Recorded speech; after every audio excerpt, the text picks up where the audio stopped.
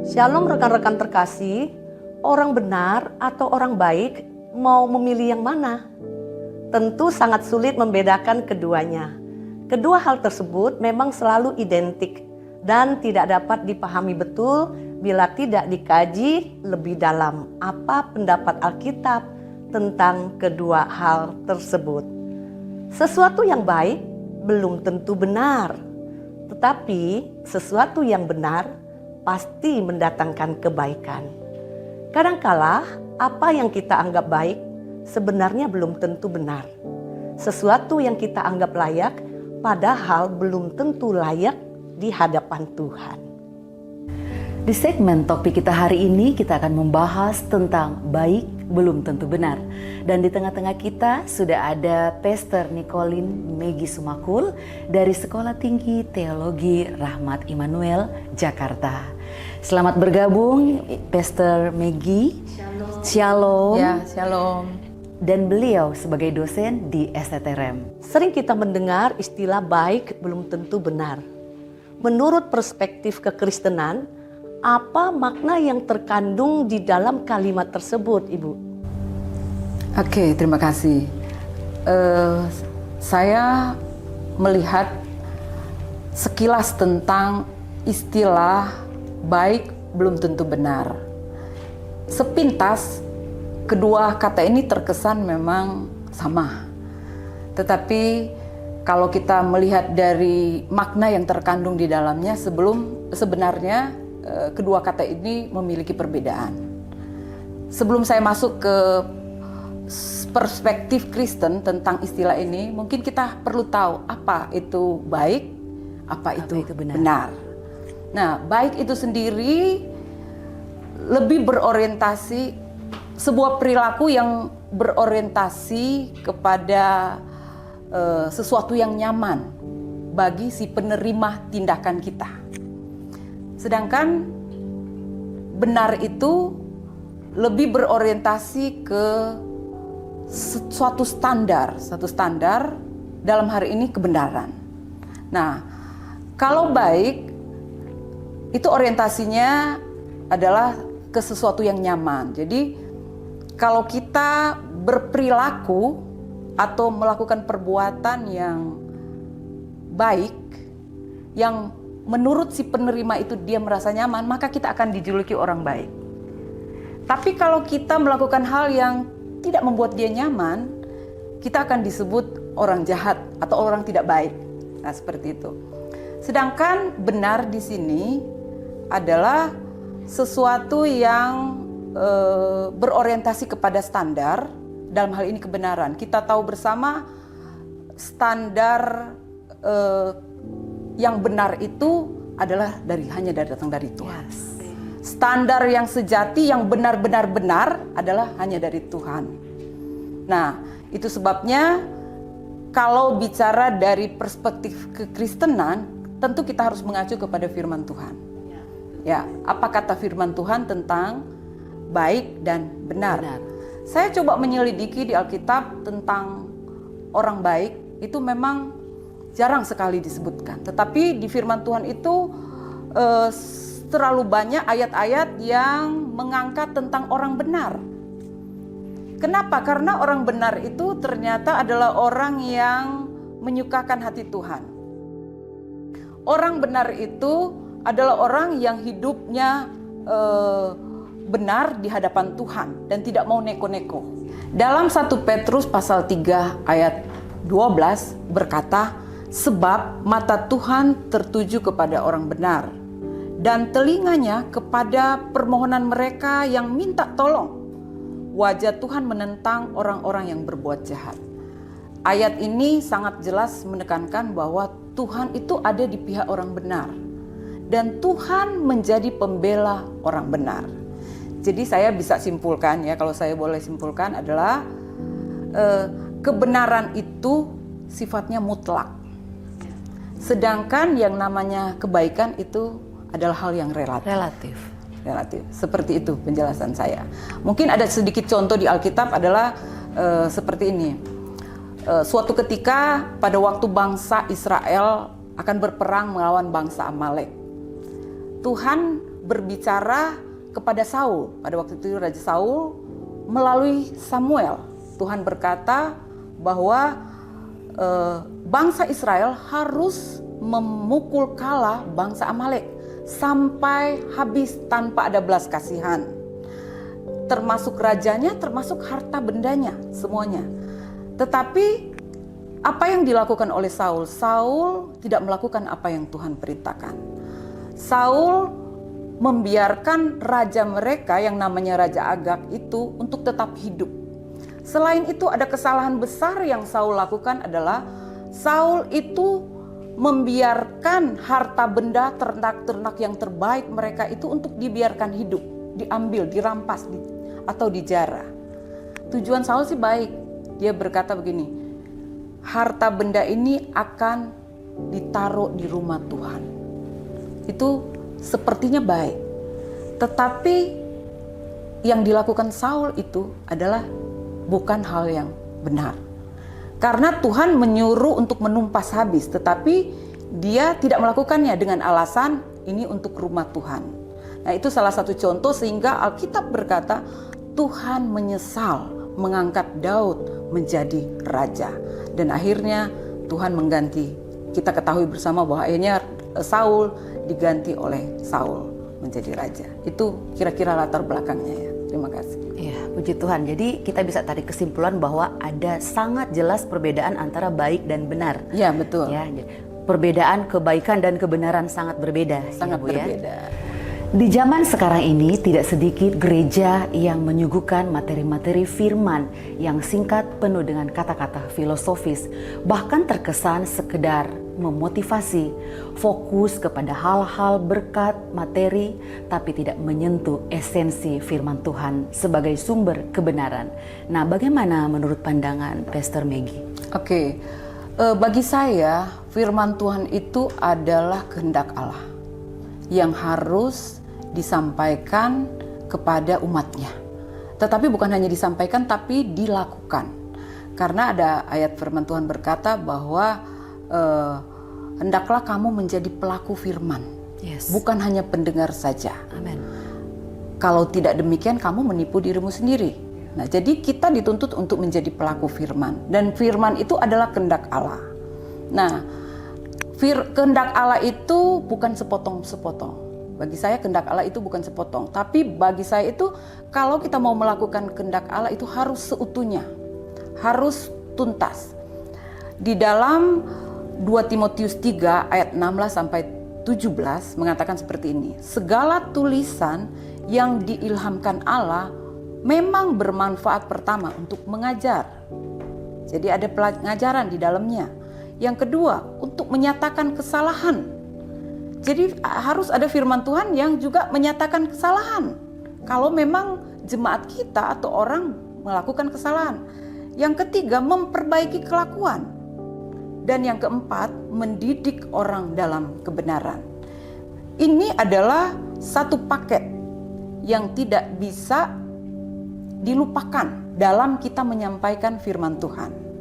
Jadi kalau ada orang-orang yang hanya terfokus kepada motivasi, kemudian berkat-berkat secara lahiriah, khotbahnya hanya fokus ke hal-hal yang seperti itu, bagi saya itu belum sempurna. Belum membuat jemaat untuk bertumbuh, karena jemaat harus dilatih untuk menuju kepada kesempurnaan. Yes. Amin. Kalau begitu, Ibu Maggie, berarti kalau kita sebagai hamba Tuhan tidak menyampaikan kebenaran firman, itu belum benar ya, belum sempurna. Belum sempurna. Hanya sebatas baik, bagus. Ya. Gitu ya, Bu. Apakah yang dikatakan baik, bagus menurut pandangan manusia, tetapi justru itu adalah penyesatan yang tidak kelihatan, penyesatan yang tersembunyi. Kenapa? Karena firman Tuhan tidak mengatakan demikian. Bagaimana pendapat Ibu? Baik menurut pandangan manusia. Kembali lagi ke pembahasan saya sebelumnya, baik itu kan relatif. Jadi ada banyak kesalahan-kesalahan yang saya boleh katakan dilakukan oleh para pengkhotbah yang mengupas sebuah teks Alkitab menurut pandangan dia. Penyebabnya utama sebenarnya sepele, mungkin karena beliau kurang memahami secara teologi ya tentang makna yang terkandung di dalam ayat tersebut, sehingga dia menafsirkan menurut pandangan dia saja. Makanya saya lebih sepakat dan lebih setuju para pengkhotbah alangkah baiknya minimal memiliki dasar teologi yang benar. Amin. Supaya tatkala menyampaikan firman Tuhan, hamba Tuhan ini bisa menyampaikan firman Tuhan sesuai yang penulis maksudkan di dalam ayat Alkitab tersebut. Betul. Karena penulis di dalam Alkitab itu kan banyak, ya. Jadi kita harus paham betul apa yang dia maksud.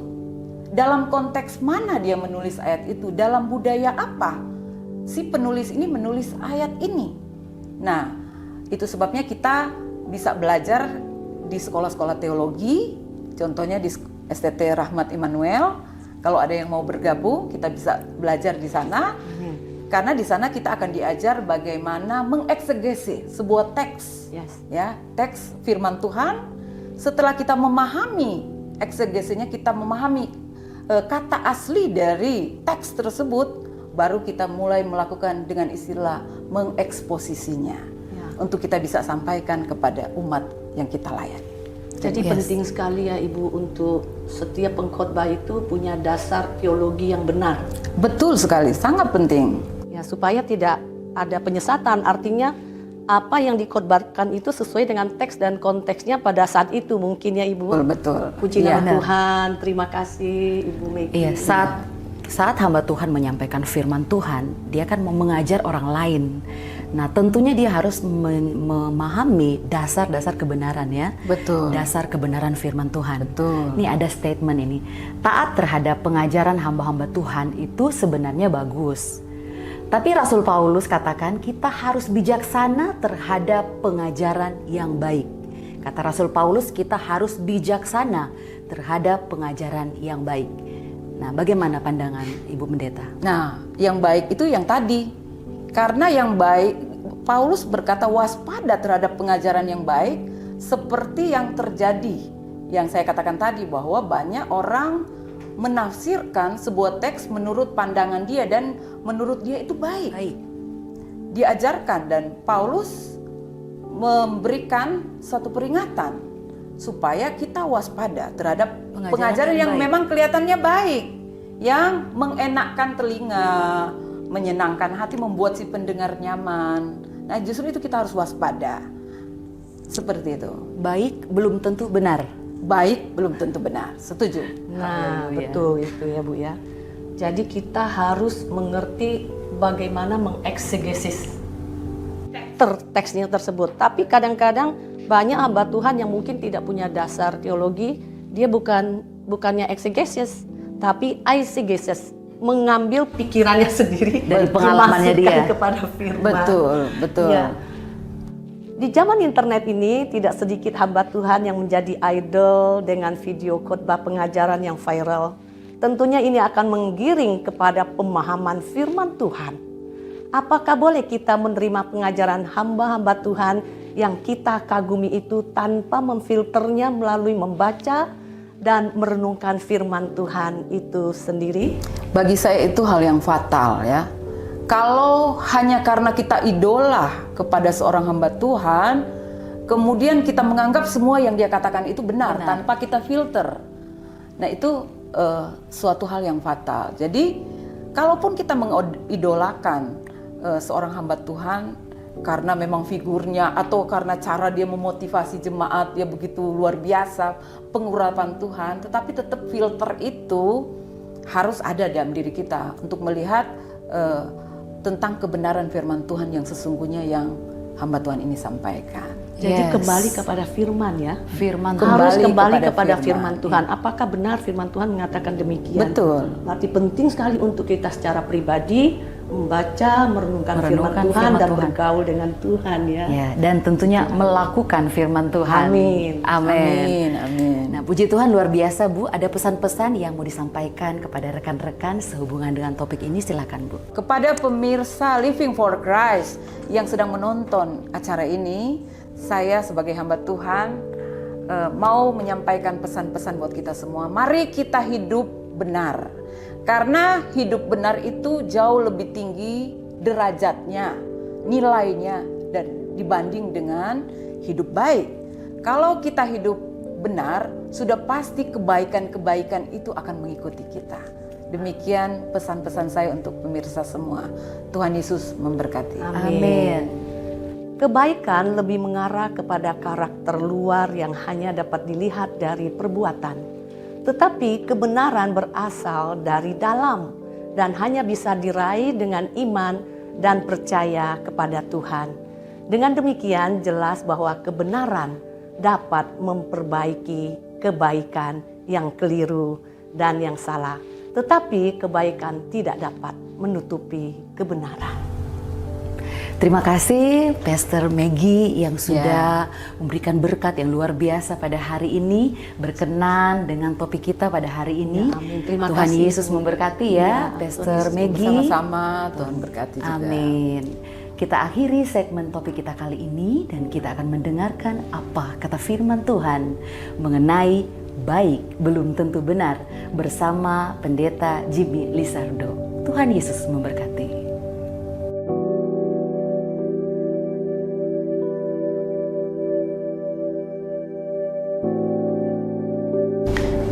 Shalom rekan-rekan terkasih dalam Yesus Kristus. Luar biasa tadi di dalam segmen 2 dengan topik baik belum tentu benar. Saudara-saudara, rekan-rekan terkasih dalam Yesus Kristus, perdebatan antara baik dan benar tidak pernah ada habisnya. Ada yang mengatakan bahwa menjadi baik lebih penting daripada menjadi benar. Ada yang mengatakan bahwa menjadi benar itu lebih penting. Ada yang mengatakan baik itu mutlak dan benar itu relatif atau sebaliknya. Bagaimana menentukan mana yang lebih penting atau lebih mutlak?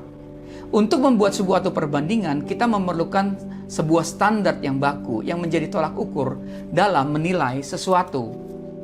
Nah, kita akan baca dalam Roma 16 ayat 17 sampai dengan 19. Roma 16 ayat 17 sampai 19. Saya bacakan buat rekan-rekan terkasih dalam Yesus Kristus. Ayat 17. Tetapi aku menasihatkan kamu saudara-saudara supaya kamu waspada terhadap mereka yang bertentangan dengan pengajaran yang telah kamu terima, menimbulkan perpecahan dan godaan. Sebab itu hindarilah mereka. Sebab orang-orang yang demikian tidak melayani Kristus Tuhan kita, tetapi melayani perut mereka sendiri dengan kata-kata mereka yang muluk-muluk dan bahasa mereka yang manis. Mereka menipu orang-orang yang tulus hatinya. Ayat 19, kabar tentang ketaatanmu telah terdengar oleh semua orang. Sebab itu, aku bersuka cita tentang kamu, tetapi aku ingin supaya kamu bijaksana terhadap apa yang baik dan bersih terhadap apa yang jahat. Rekan-rekan terkasih di dalam Yesus Kristus, sama halnya dengan pengajaran firman Tuhan. Dalam ayat firman Tuhan di atas yang tadi kita sudah bacakan, Paulus memberikan peringatan kepada jemaat di Roma perihal ajaran sesat. Ada beberapa hal yang diangkat oleh Paulus tentang ajaran sesat, yaitu yang pertama, ajaran sesat selalu berbuah perpecahan dan perbuatan yang memalukan. Hal senada pernah dikatakan juga oleh Tuhan Yesus tentang ajaran sesat di dalam Matius 7 ayat 15 sampai 16. Ya, Matius 7 ayat 15 sampai 16 ajaran Tuhan Yesus mengatakan begini, waspadalah terhadap nabi-nabi palsu yang datang kepadamu dengan menyamar seperti domba, tetapi sesungguhnya mereka adalah serigala yang buas. Dari buahnya lah kamu akan mengenal mereka. Dapatkah orang memetik buah anggur dari semak duri atau buah ara dari rumput duri? Jadi, kalau kita bisa melihat ajaran sesat selalu berbuah perpecahan, ya. Selalu yang namanya ajaran sesat atau perbuatan yang memalukan, itu selalu menghasilkan perbuatan yang memalukan. Saudara terkasih dalam Yesus Kristus, kita juga melihat bagian yang kedua yang diangkat Paulus tentang ajaran sesat adalah bahwa pengajar ajaran sesat itu selalu melayani perut mereka sendiri, bukan Tuhan. Karena pengajar sesat selalu menyebarkan ajarannya untuk mencari keuntungan diri sendiri. Mari kita sekarang lihat. Kita dapat mengetahui pengajar sesat, pengajar ajaran sesat, dan pengajar yang bukan ajaran sesat. Dari mana? Karena mereka, pengajar-pengajar ajaran sesat, selalu melayani perut mereka sendiri, bukan Tuhan. Yang ketiga yang diangkat Paulus adalah bahwa pengajar sesat selalu membungkus ajaran sesatnya dengan kata-kata manis. Ya, karena ajarannya kedengaran benar dan masuk akal. Paulus memberikan peringatan kepada jemaat di Roma untuk waspada dan dapat membedakan ajaran pengajaran sesat ini dengan ajaran yang telah mereka terima pada awalnya. Ketiga hal di atas adalah sangat hal yang terpenting yang Paulus ingin sampaikan. Bahwa mereka harus menjadikan firman Tuhan itu standar baku. Jadi untuk kita mengetahui apa yang benar, apa yang baik, kita harus punya standar baku. Dan firman Tuhan adalah standar baku dan mutlak dalam menilai dan menerima ajaran yang kita dengar. Jika ajaran tersebut bertentangan dengan firman Tuhan, walaupun kedengarannya baik dan masuk akal, kita harus mewaspadai dan menghindarinya. Amin. Rekan-rekan terkasih dalam Yesus Kristus, Paulus menasihati jemaat agar mereka bijaksana terhadap apa yang kelihatan baik. Kita harus bisa membedakan mana ajaran yang sesat dan ajaran yang benar. Untuk menjadi bijaksana tidak ada lain selain membaca dan mempelajari Alkitab. Jadi, untuk kita menjadi bijaksana, dapat membedakan mana ajaran sesat dan mana ajaran yang benar, tidak ada yang lain yang bisa dilakukan selain membaca dan mempelajari Alkitab. Rekan-rekan terkasih di dalam Yesus Kristus, terkadang membaca saja tidak cukup membuat kita mengerti. Oleh karena itu, kita harus rajin ikut kelas-kelas pemahaman Alkitab di gereja. Ya, kita harus ikut kelas-kelas untuk dapat mempelajarinya. Seorang teolog dari Amerika yang bernama Sinclair Ferguson, ya, seorang teolog di Amerika dan seorang penulis buku Kristen juga berkata bahwa begini, kita harus tekun membaca dan mempelajari Alkitab karena Alkitab tidak akan menyatakan kekayaan isinya dengan sendirinya kepada orang-orang yang malas. Ya, kata-kata ini luar biasa. Alkitab memiliki kekayaan dan kedalaman makna yang harus digali dan ditemukan jika kita ingin memahaminya. Mintalah Roh Kudus untuk menerangi hati dan pikiran kita agar dapat kita memahami Alkitab. Saya ambil dalam 1 Yohanes 4 ayat 1 dikatakan begini, saudaraku. Saudara-saudaraku yang kekasih, janganlah percayakan setiap roh, tetapi ujilah roh-roh itu apakah mereka berasal dari Allah. Sebab banyak nabi-nabi palsu yang telah muncul dan pergi ke seluruh dunia. Ujilah, karena apa yang kelihatan baik belum tentu benar. Jadikan firman Tuhan menjadi tolak ukur untuk menilai segala sesuatu, termasuk ajaran keagamaan. Tuhan Yesus memberkati.